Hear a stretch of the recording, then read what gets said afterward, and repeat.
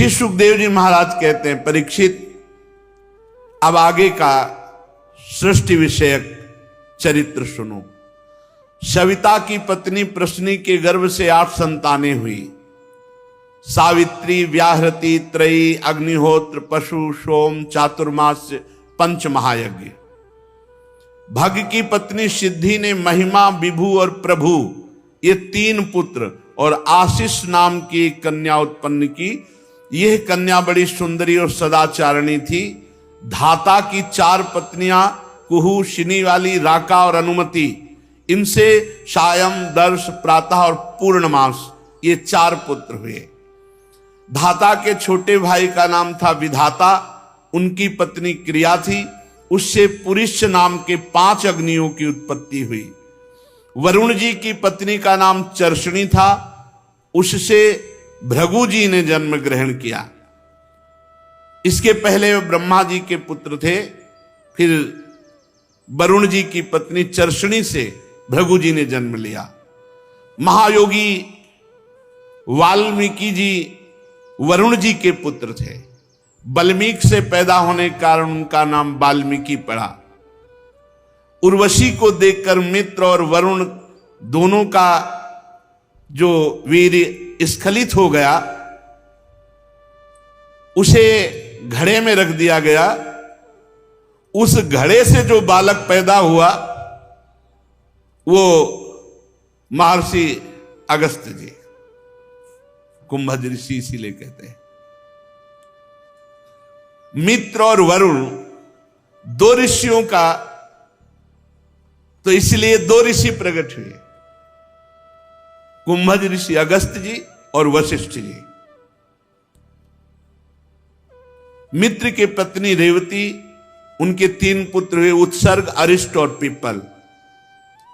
देवराज इंद्र की पत्नी पुलोम नंदिनी सची, उनसे 3 पुत्र उत्पन्न हुए, जयंत, ऋषभ और मीढवान। भगवान श्री हरि बलि पर अनुग्रह करने और इंद्र का राज्य लौटाने के लिए वामन के रूप में अवतीर्ण हुए। 3 पग पृथ्वी मांगकर तीनों लोकों को नाप लिया और उनकी पत्नी का नाम था कीर्ति, उससे बृहच्छलोक नामक पुत्र हुआ और सौभग आदि कई संतानें हुई। कश्यप नंदन भगवान वामन ने माता आदित्य के गर्भ से क्यों जन्म लिया और इस अवतार में कौन कौन से गुण, लीलाएं, पराक्रम प्रकट किया, ये आगे 8वें स्कंद में वर्णन करूंगा। प्रिय परीक्षित, अब मैं कश्यप जी की दूसरी पत्नी दिति से उत्पन्न होने वाली संतान परंपरा का वर्णन करता हूं। भगवान के प्यारे महाभागवत श्री प्रहलाद जी का जन्म और बलि जी का जन्म इसी परंपरा में हुआ। दिति के दैत्य और दानवों के बंदनी 2 ही पुत्र हुए, हिरण्यकश्यप और हिरणाक्ष। हिरणाक्ष की कथा पीछे सुन चुके हैं, जिसे वाराह भगवान ने प्रकट होकर के परम धाम प्रदान किया। हिरण्यकश्यप की पत्नी दानवी कयाधु थी, जो प्रहलाद जी की माता का सौभाग्य प्राप्त किया। उनके कयाधु जी के पिता का नाम था जंभ। यह हिरण्यकश्यप से कयाधु जी का विवाह किया। समय व्यतीत होने पर हिरण्यकश्यप के 4 पुत्र हुए, संलाद, अनुल्लाद, हलाद और प्रहलाद। और सिंहिका नाम की एक बहन भी थी, उसका विवाह विप्रचित्ति नामक दानव से हुआ, उससे राहु नामक पुत्र की उत्पत्ति हुई। ये वही राहु है जिसका सिर अमृत पान कर लेने पर मोहिनी भगवान ने सुदर्शन चक्र से काट लिया था। संलाद की पत्नी थी कृति, उससे पंचजन नामक पुत्र हुए। लाद की पत्नी थी धमिन, उसके 2 पुत्र हुए, वातापी और इलवल। ये बहुत ही दुख फैलाए हुए थे पूरे वन में। वातापी और इलवल ये प्रहलाद जी के भाई हलाद की पत्नी धमन के पुत्र थे और ये बड़े मायावी थे। ये साधारण वेश में जाते और जितने 100 200 500 ऋषि मिलते सबको निमंत्रण कराते, महाराज आज हमारे यहाँ प्रसाद। कहाँ? बस उस वृक्ष के नीचे आज सब संतों को पवाएंगे।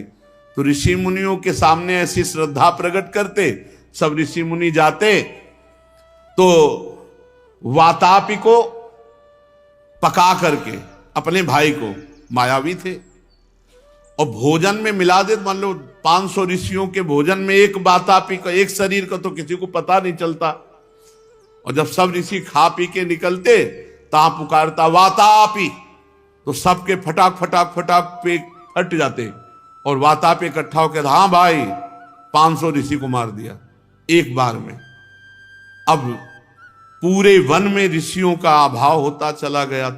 जो ऋषि बचे वो भाग करके अगस्त्य जी के पास गए। अगस्त्य जी से कहा, महाराज सब ऋषि परंपरा ही नष्ट हो जाएगी। वो अपने भाई वातापी को भेष बदल बदल के आता है, निमंत्रण देता, पवा देता, और बाद में कहता वातापी, तो सबके पेट फाड़ करके वो निकल आता है। अगस्त्य जी ने कहा ठीक है, आज के बाद वातापी जो है निकलेगा नहीं। अगस्त्य जी महाराज जहां ध्यान से देखा कि आज उस जगह शिविर लगा है, वहीं नजदीक है, बैठ गए। बोले महाराज निमंत्रण आपका? बोले हाँ। और ऋषियों को निमंत्रण किया तो कहा और ऋषियों को बाद में पवाना, देखो हम बहुत ज्यादा पाते हैं, पहले हमारा पेट भर दो। तो सब ऋषियों को बता दिया था कि कोई पाना नहीं। अब पूरा वातापी को रांध के पवाया, अगस्त्य जी पूरा पा गए। और पाने के बाद ओम आचमन किया। अब उसने बुलाया वातापी, तो अगस्त्य जी ने जरा से उठाया और वायु मारी, बोले पच गया तेरा वातापी। तो साधारण अगस्त्य जी साक्षात बड़वाना लगली, समझो पूरे समुद्र को पी गए महाराज। वो अगस्त्य जी है, ये वातापी वातापी क्या है, पूरा वातापी को खा गए।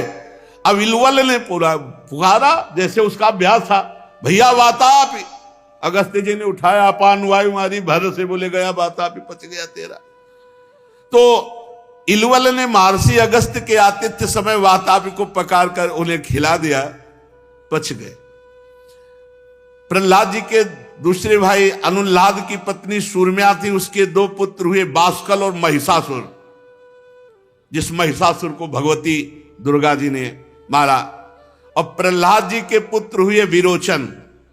इन्हीं विरोचन के पुत्र हुए महाराज त्रिभुवन में प्रसिद्ध, जिनकी यश कीर्ति बलि जी महाराज, जो भगवान वामन को त्रिलोकी का दान किया। बलि की पत्नी का नाम असना था, उससे बाणासुर 100 पुत्र हुए, बड़े वाले बाणासुर। दैत्यराज बलि की महिमा का गान करने की किसकी सामर्थ्य है, क्योंकि भगवान को अधीन कर लिया। आज भी भगवान द्वारपाल बने हुए महाराज बलि के द्वार पर है। बलि का पुत्र बाणासुर भगवान शंकर की आराधना करके उनके गणों का मुखिया बन गया था। वो आज भगवान शंकर को इतना प्रसन्न कर लिया कि आज भी बाणासुर के नगर की रक्षा का भार भगवान शंकर अपने ऊपर लिए हुए हैं। दिति के हिरण्यकश्यप और हिरण्याक्ष के अतिरिक्त 49 पुत्र हुए, वो सब मरुदगण हुए। और वो मरुदगण सब निसंतान रहे। देवराज ने इन मरुदगणों को देवता बना लिया। राजा परीक्षित ने पूछा, दिति के पुत्र तो दैत्य होते हैं, देवता कैसे बना लिया? क्या सत्कर्म किया जिसके कारण अपने जन्मजात असुरोचित भाव को छोड़कर देवराज इंद्र के द्वारा देवता बना लिए गए? वो मैं कारण जानना चाहता हूं।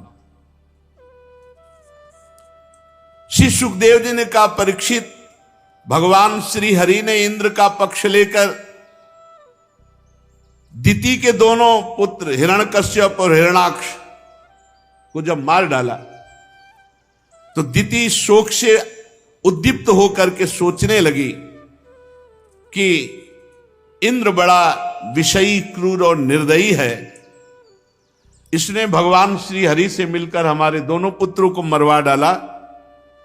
अब मैं इस पापी इंद्र को मरवा कर ही आराम से सोऊंगी। देवताओं के शरीरों को प्रभु कहा गया है, तो ये सब शरीर एक दिन नष्ट हो जाते हैं।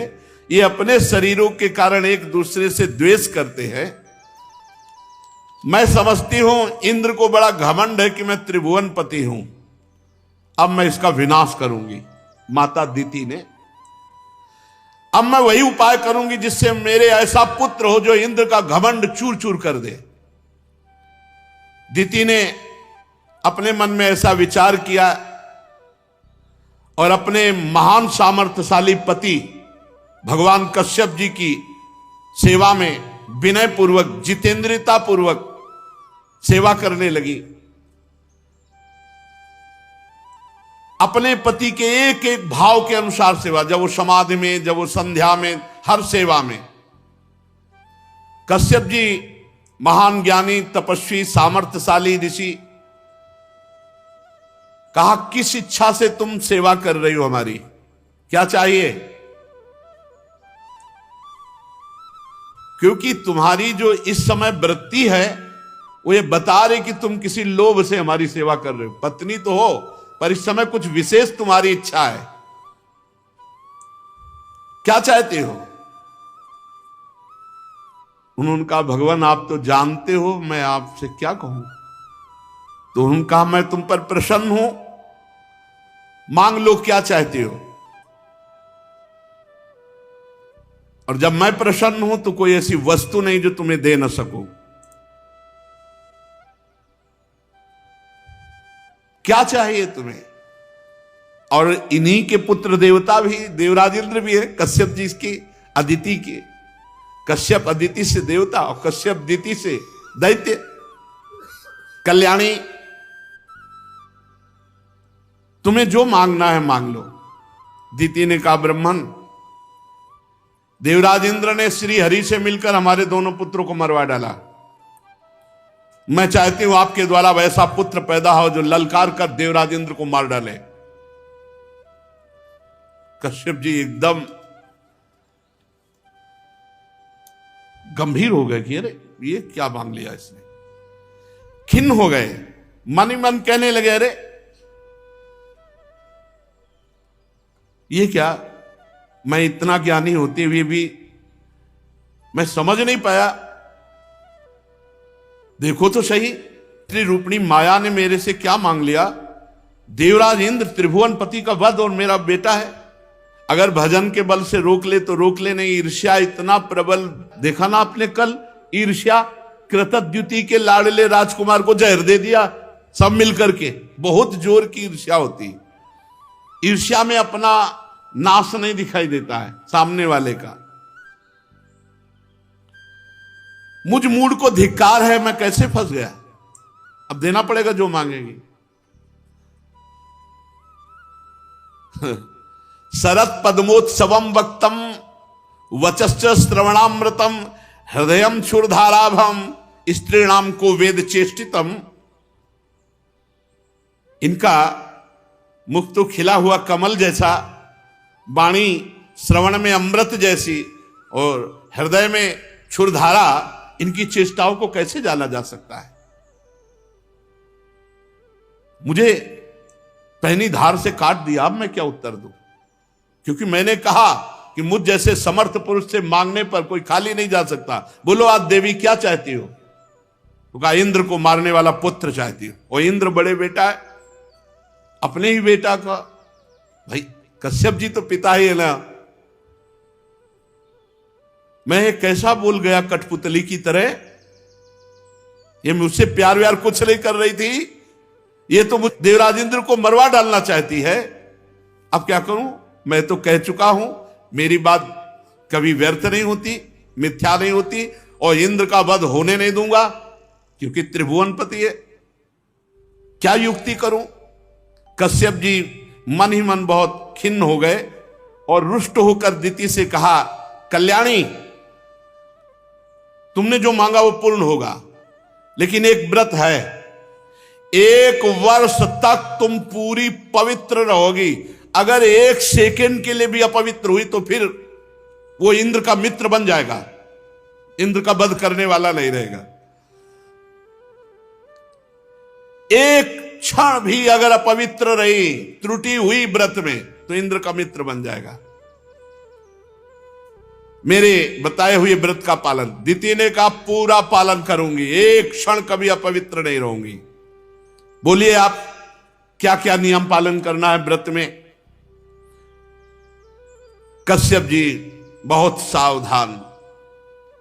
उन्होंने कहा शर्त, मन से, वाणी से, क्रिया से किसी भी प्राणी के प्रति द्वेष भाव नहीं होना चाहिए। तो इंद्र के प्रति भी नहीं होना चाहिए। बड़ी सावधानी से कि किसी को तुम शाप नहीं दे सकती इस व्रत में जब तक रहोगी। गाली नहीं बोलोगी, झूठ नहीं बोलोगी, शरीर का नख रुआ काटोगी नहीं, कोई अशुभ अपवित्र वस्तु छुओगी नहीं, जल में गले तक जाकर स्नान करोगी, कभी किसी पर क्रोध नहीं करोगी, कभी पापी पुरुष से बात नहीं करोगी, बिना पवित्र वस्त्र धारण नहीं करोगी, किसी की पहनी हुई माला ना पहनोगी और ना सूंघोगी, कभी किसी का झूठा नहीं खाओगी, किसी भी तरह का पवित्र भोजन छुओगी नहीं, रजस्वला का लाया हुआ अन्न, अंजलि से जलपान ये नहीं करोगी, कभी झूठे मुंह नहीं रहोगी, आचमन हर समय पवित्र, संध्या के समय बाल नहीं खोलोगी, बिना श्रृंगार के, वाणी का संयम किए बिना, बिना चद्दर ओढ़े घर से बाहर नहीं निकलोगी, हर समय घर से जब अंदर आओगी तो पैर धोना होगा, अपवित्र अवस्था में गीले पांव से उत्तर या पश्चिम सिर करके दूसरे के साथ कभी किसी को नग्नावस्था में नहीं देखोगी, सुबह शाम सोओगी नहीं, निषिद्ध कर्मों का त्याग, सौभाग्य के चिन्हों से सुसज्जित, प्रातः कलेवा करने के पहले ही गाय, ब्राह्मण, लक्ष्मी और भगवान श्री हरि की पूजा करोगी, भगवान को पुष्प, चंदन, द्रव्य, नैवेद्य आदि से उनकी पूजा में संलग्न रहोगी। तब तुम्हारी कोख से ऐसा पुत्र पैदा होगा जो इंद्र घाती होगा, इंद्र को मार देगा। इस व्रत का नाम पुंसवन व्रत है। यदि 1 वर्ष तक बिना किसी गलती के पालन करोगी तो इंद्र घाती पुत्र महाबलवान प्रकट होगा। उनका जो आज्ञा, ठीक जैसी आज्ञा की थी वैसा नियम चालू कर दिया। अब द्वितीय अपनी कोख में भगवान कश्यप का अंश धारण करके वैसे नियम, वैसे व्रत का पालन करने लगी। देवताओं ने सूचना दी आपके मारने वाला पुत्र प्रकट कर रहे हैं। मौसी आपकी मौसी है क्योंकि सगी बहनें हैं, सब दक्ष पुत्रियां हैं।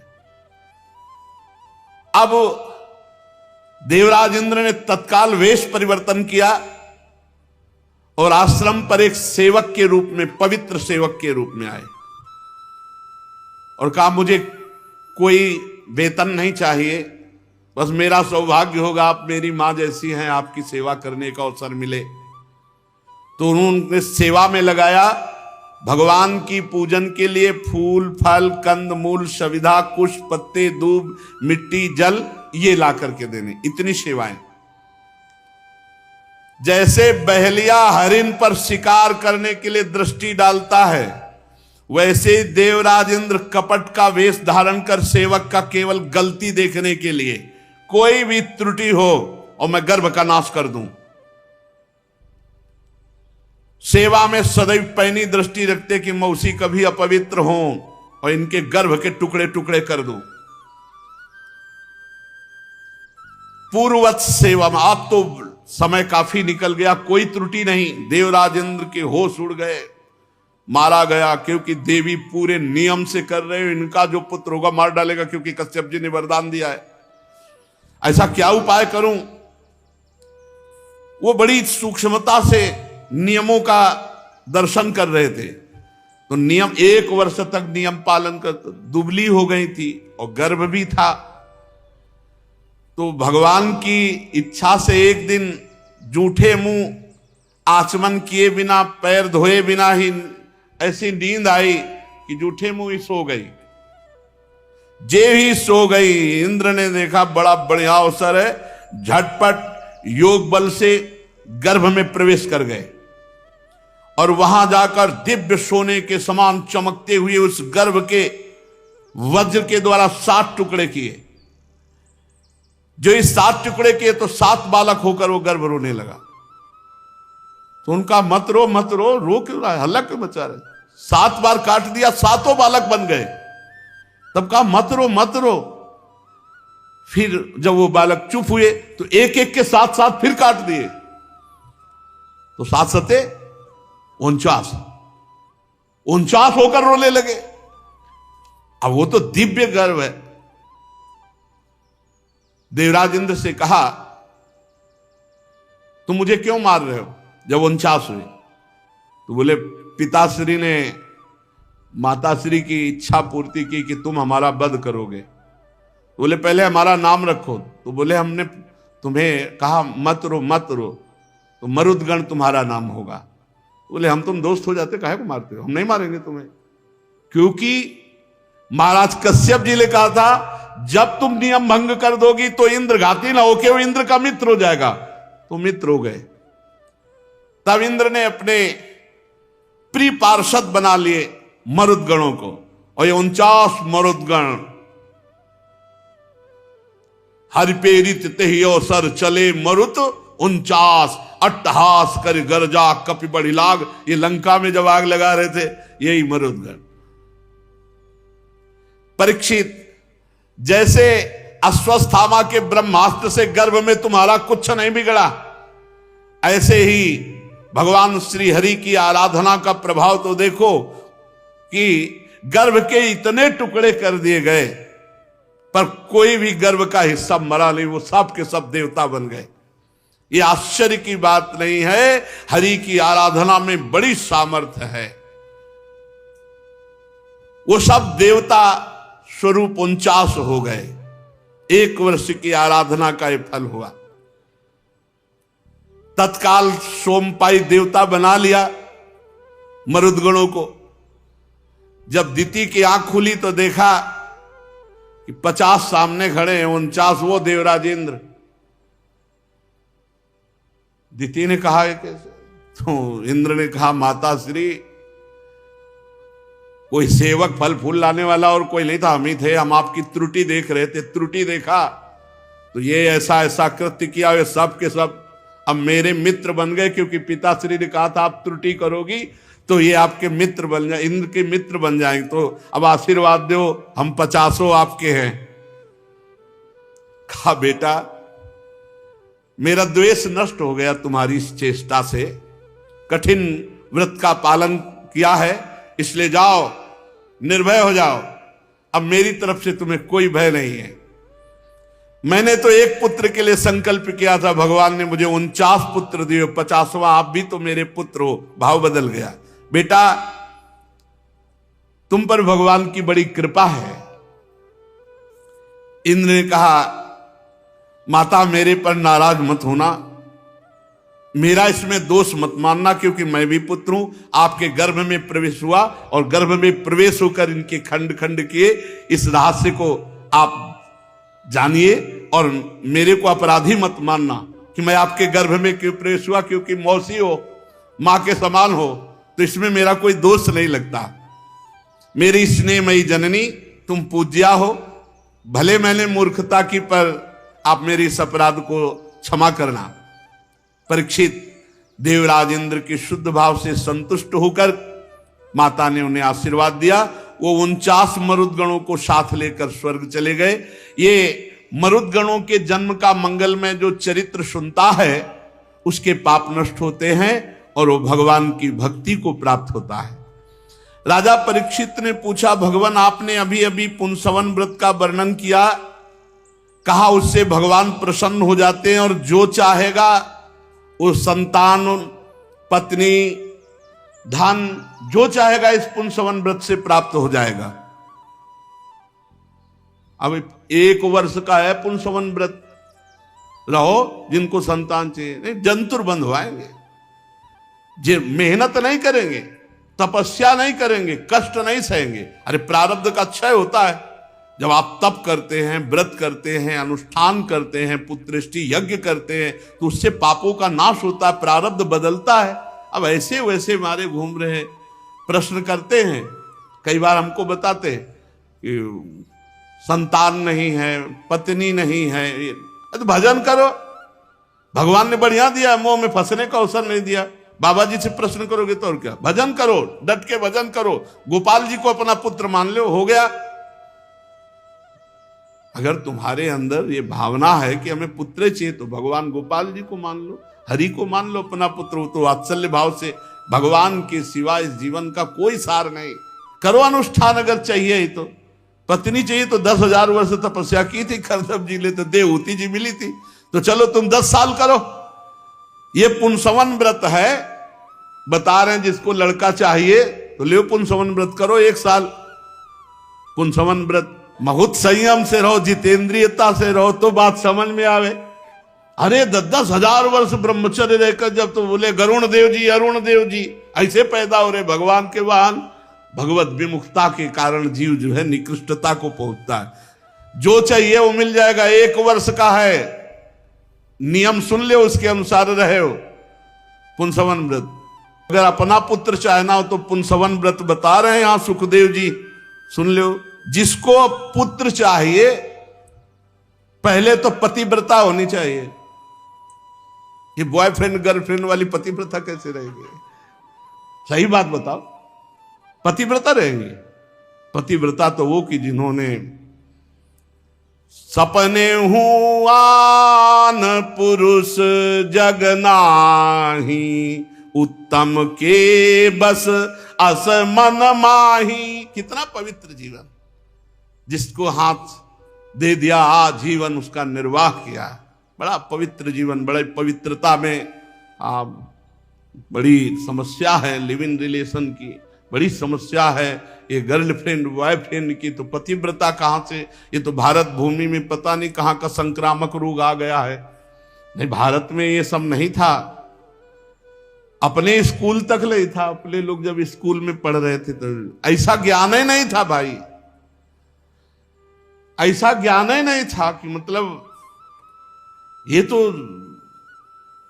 15, 16, 17, 18 वर्ष के बच्चों तक ऐसा ज्ञान ही नहीं था कि संसारिकता का ज्ञान, पढ़ाई लिखाई, खेलना, कबड्डी, कूद, इधर उधर, ये सब पाप वाली बातें तो थी ही नहीं। तो जब से मोबाइल भगवान की सृष्टि हुई तब से ज्यादा हुआ और बहुत विस्तार को प्राप्त हो गया। पहले मोबाइल हुआ कि पहले गर्लफ्रेंड बॉयफ्रेंड हुआ?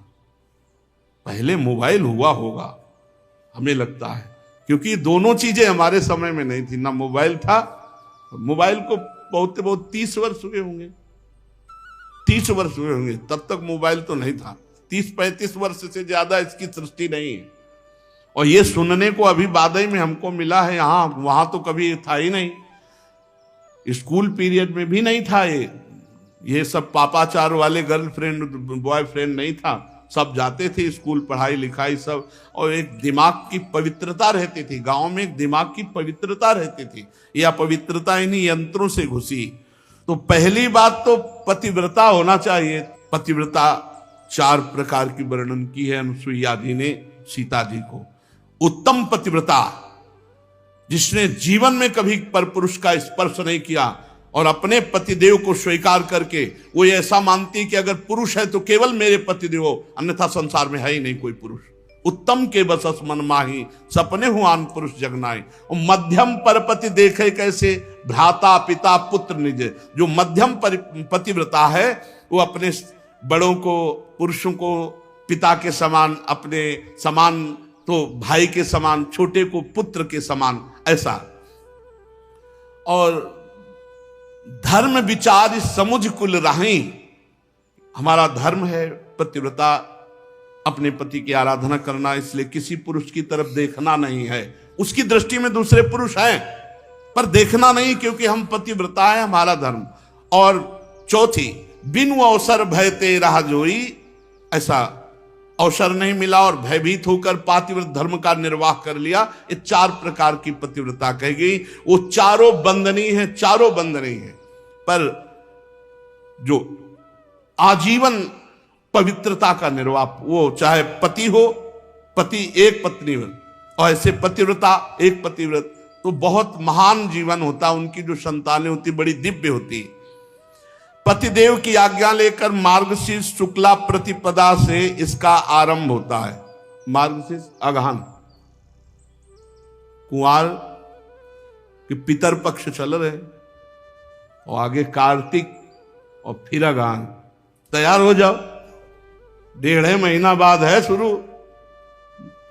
शुक्ल पक्ष प्रतिपदा से इसका प्रारंभ होता है और जिस दिन प्रारंभ हो उस दिन मरुदगणों की कथा सुने और फिर प्रतिदिन सवेरे दातून से ही करे, पेस्ट से न करे, मंजन न करे, दातून से।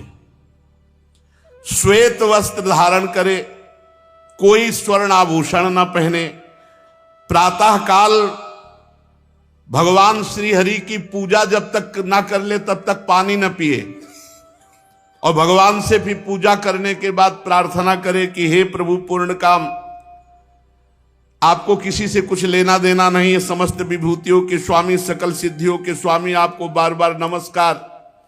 हे मेरे आराध्य देव, हे विभूति तेज महिमा वीर आदि सद्गुणों से युक्त परम पुरुष, आप सर्वशक्तिमान हैं। हे लक्ष्मी माता, आप भगवान की अर्धांगिनी महामाया स्वरूपिणी हो, सारे सद्गुण आप में निवास करते हैं। हे जगन माता, आप मुझ पर प्रसन्न हो, मैं आपको नमस्कार करती हूं।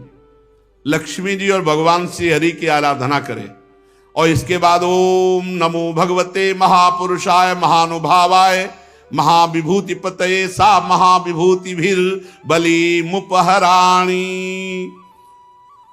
इससे भगवान को नमस्कार करें और भगवान को गंध पुष्प धूप दीप नैवेद्य वस्त्र ये सब दे और जो नैवेद्य बच रहे उसे ओम नमो भगवते महापुरुषाय महाविभूति पतये स्वाहा, इससे हवन करें। ये मंत्र बोल करके 12 बार आहुतियां दें। परीक्षित, ये प्रतिदिन भक्ति भाव से ऐसी आराधना बड़ी नम्रता से भी भगवान को साष्टांग प्रणाम करें। भागवत ही कह रही प्रणमे दंडवत भूमौ भक्ति प्रवेण चेतसा 10 बारम जपेन मंत्रम तथा स्तोत्र मुदीरयेत तस्मात् शास्त्रम प्रमाणम ते कार्या कार्यो विवस्थित। भगवान श्री कृष्ण द्वैपायन व्यासदेव जी लेखक हैं और परमहंस शिरोमणि श्री सुखदेव जी बोल रहे प्रणमे दंडवत भूमौ भक्ति प्रवेण चेतसा 10 बारम जपेन मंत्रम तथा स्तोत्र मुदीरयेत। फिर भगवान की स्तुति प्रणाम के बाद मायाधीश्वर परम पुरुष यज्ञ स्वरूप भगवान की आराधना, उस आराधना से अपने भगवान को भाव में लाए कि मेरे पतिदेव साक्षात भगवान है और पति को भगवान की भावना में भरकर प्रिय वस्तुओं से उनकी सेवा करे, उनकी सेवा में उपस्थिति रहे। और पति का एक कर्तव्य है कि ऐसी समर्पित पत्नी के लिए उसकी संपूर्ण कामनाएं, छोटे बड़े सब कार्य पूर्ण करे। ऐसा नहीं कि पति भगवान हो गया तो वो अपनी ऐसी पत्नी की आंतरिक वृत्ति को देखकर उसके लिए छोटे बड़े सब काम करे। परीक्षित, पति पत्नी में से एक भी कोई काम करता है तो उसका फल दोनों को होता है। ये भी प्रश्न होता रहता था, भाई सुन लो, शास्त्र प्रमाणित है।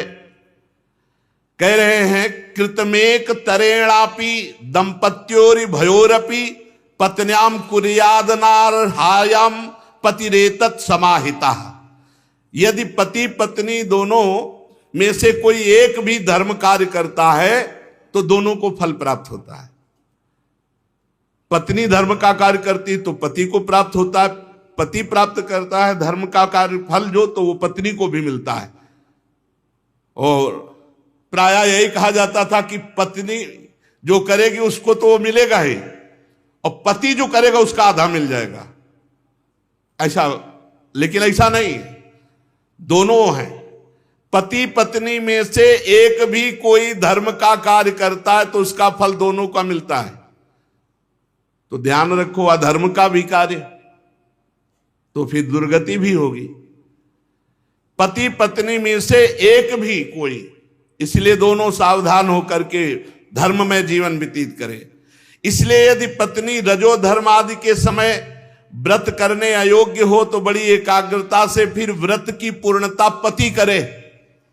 जब मासिक धर्म से युक्त हो जाए पत्नी तो इस व्रत का, चूंकि पुंसन व्रत 1 वर्ष का है, तो फिर पति करे। ये भगवान श्री हरि का व्रत है, इसका नियम लेकर बीच में छोड़ना महापराध है। इसलिए इस नियम को वही ग्रहण करे जो पूरा आरो पार निकाल दे, नहीं तो फिर दुर्गति भी हो जाएगी।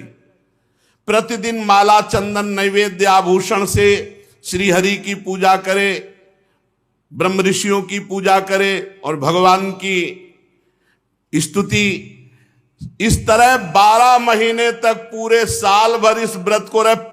अगर पुत्री होगी तो देवी स्वभाव की, संतान जो होगी बहुत दैवी स्वभाव, चाहे पुत्री हो चाहे पुत्र। जो कहते हैं हमारे लड़का नहीं होता, हमारे पुत्र नहीं होता, संतान रहो ना 1 वर्ष व्रत, नियम संयम से रहो, साल भर व्रत रहो। जिनको चाहिए संतान नहीं, वो चाहते जंतुर बांध दे, हवन कर दे, ऐसे हो जाएगा। नियम संयम से रहो। जो ऐसे नियम संयम से रहता है 1 साल पुंसवन व्रत, तो इस पुंसवन व्रत का रहने वाला जो चाहे धन संपत्ति पत्नी पुत्र, भगवान की कृपा से कुछ दुर्लभ नहीं, हरि प्रसाद कुछ दुर्लभ नहीं। अब हमसे प्रश्न करते हैं एकांती, हमने भगवान से मांगा, भगवान ने दिया नहीं, हमारी अश्रद्धा हो गई, तो तुम्हारी अश्रद्धा से वहां क्या फर्क पड़ेगा? ऐसे मिल जाएगा, ऐसे मिल जाए। तुम ही एक प्यारे हो भगवान के, और तो कोई प्यारा है नहीं। अरे भगवान कह रहे सब मम प्री सब मम उपजाए, तुम मांग रहे तो उसके अनुसार अनुष्ठान करो। अनुष्ठान अगर सांगो पांग हो गया तो मिलेगा। अब भगवान से बोले मांग रहे, भगवान से मांगने से ऐसे अधिकार क्या है तुम्हारा भगवान से मांगने? बोले मैं भगवान का हूं, ये बात अंदर बैठाल, मांग मिट जाएगी। जब तू भगवान का है तो फिर देख, अगर ये बात अगर हृदय में बैठा लेगा तो फिर आएगा जोई जोई प्यारो करे सोई मोई भावे। मांग का है कि, और मांग तो फिर अनुष्ठान करो। तो अपने को चाहिए प्रियालाल, ये तो भैया जिनको लड़का बच्चा परिवार चाहिए तो पुंसवन व्रत रह लो। तो हम पुंसवन व्रत 1 साल वाला नहीं, हम पूरी जिंदगी वाला है। हर श्वास में नाम जप करो, भगवान के आश्रित रहो, किसी की निंदा स्तुति मत करो, अपने मार्ग को पुष्ट रखो, इसी जन्म में भगवत प्राप्ति कर लो, झंझट खत्म हो जाए। ये झंझट है बहुत जोर की, ये द्वंद्वों की झंझट, जन्म मरण की झंझट, राग द्वेष की झंझट, इसको मिटाना है। मनुष्य शरीर में अगर नहीं मिटा पाए तो हजारों बार लड़का बच्चा हुए, हजारों बार जो है सब ये प्रपंच हुआ है। इस बार जहां जो जैसी परिस्थिति में वहीं से उठो और भगवान का भजन करते हुए भगवत प्राप्त हो। शेष चर्चा आगे। श्री राधा वल्लभ लाल की।